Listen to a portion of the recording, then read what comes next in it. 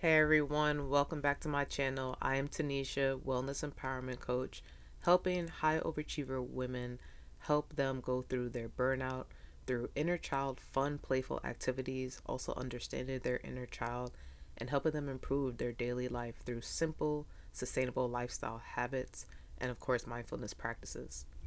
Today, I wanted to read to you actually some literature from a book that I'm currently reading because I'm always working on myself and my inner child, constantly elevating it, learning back how to love on myself and just take care of me.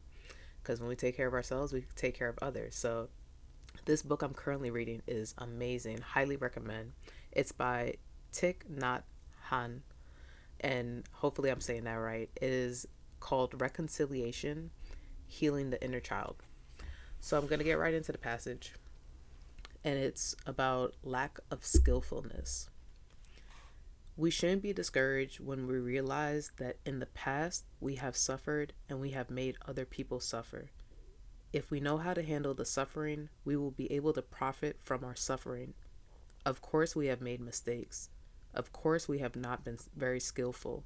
Of course, we have made others and ourselves suffer. Of course, we have made the people around us suffer, but that doesn't prevent us from beginning anew and making things much better next year or even in the next moment. We should look at our suffering in such a way that suffering can become a positive thing. All of us have made mistakes and been unskillful, but that doesn't prevent us from improving, beginning anew, and transforming. When something is wrong, we want to fix it right away. We want to make the pain and suffering, the wrongness, go away as quickly as possible. But when something difficult happens, the first step is not to fix it. The first step is to acknowledge it. After having spent some time with ourselves, it's easier for us to approach the person we are struggling with. We can say, "Darling, I know that in the past several months or several years, you have suffered a lot. I'm responsible to some extent for your suffering. I haven't been very mindful. I didn't understand enough of your suffering and difficulties. I may have said or done things that made the situation worse. I'm sorry. I don't want that. I want your happiness, your safety, your freedom, and your joy.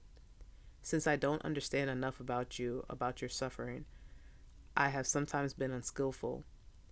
I may have given you the impression that I want you to suffer, but that's not true.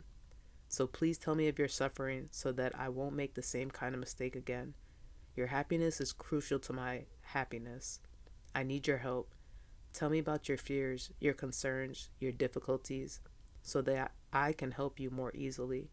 This is the kind of language that is born from awareness."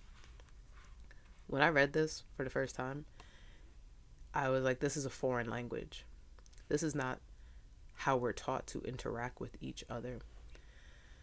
There is so much shame and guilt that we take when we hurt each other, and also there's a lack of accountability too. We just think about, I'm suffering, I'm in pain, I'm hurt, and this person did it, and I'm just angry at them. But we don't tend to think about how much is festering inside of us. And we honestly don't always want to deal with it. We just want to point the finger and be angry and yell and argue. And acknowledgement really is the first step. I know in my journey, I have been quick to anger with people, relationships, sometimes in friendships. And I'm not just, I'm literally like in battle mode. Like the person in front of me is my opponent. When in reality, we're usually on the same side and we're just seeing things differently. But I see red and I just go and I attack. And I can't say that I've ever sat and acknowledged, like, hey, I feel angry, I feel disappointed, I feel hurt. It's more in the recent times of me becoming this wellness empowerment coach and really sitting with this. Because a lot of our feelings when we're angry, it's really like something coming from fear, hurt, sadness. You hurt me, but I'm showing this emotion is just straight up anger. But really, it's the little you inside of you that's just feeling this pain. And it's like, man, I don't feel heard. I don't feel seen. This feels hard. This feels uncomfortable. And so I'm just going to act out and I'm going to scream and I'm going to yell. But really, I just want you to listen to me. And you're not.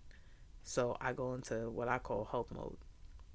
But this literature, it's so different from wanting to become the problem solver and fix the solution, fix the problem, or go and talk to someone right away. Taking the time to just be like, hey, I need 24 hours before we can talk about this situation. Let me check in with me first, and then I can come back to you. And that makes it more of compassion for yourself, for the other person. Because when we lead these tough conversations through compassion instead of fear, guilt, shame, anger, it makes for a much better, smoother transition to be able to actually talk to each other and be like, hey, this is where I felt hurt. This is what made me angry. And I want us to be able to talk about this so we can move through this, not past it, because you got to go through the emotions. Got to be able to walk through them. We tend to just want to push everything to the side, and then the next day be like, okay, we're all fine and we're back to back together. But that's not life. And so this book of being responsible for your suffering, acknowledging your suffering, I thought was so profound. Oh, and your happiness is crucial to my happiness. We are responsible. It's not a form of codependency.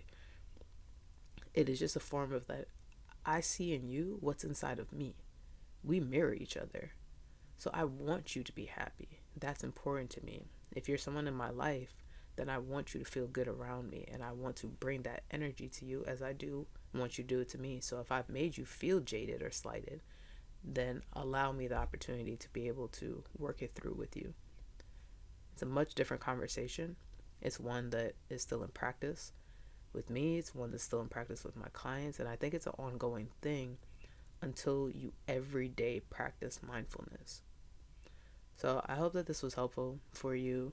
Feel free to click the link in my bio and subscribe to my podcast where I'm doing longer um, scripts of this excerpt for this book, because this is something I'm going to be talking about more consistently. And if you resonated with this, drop a comment. Love to hear from you guys. All right, bye.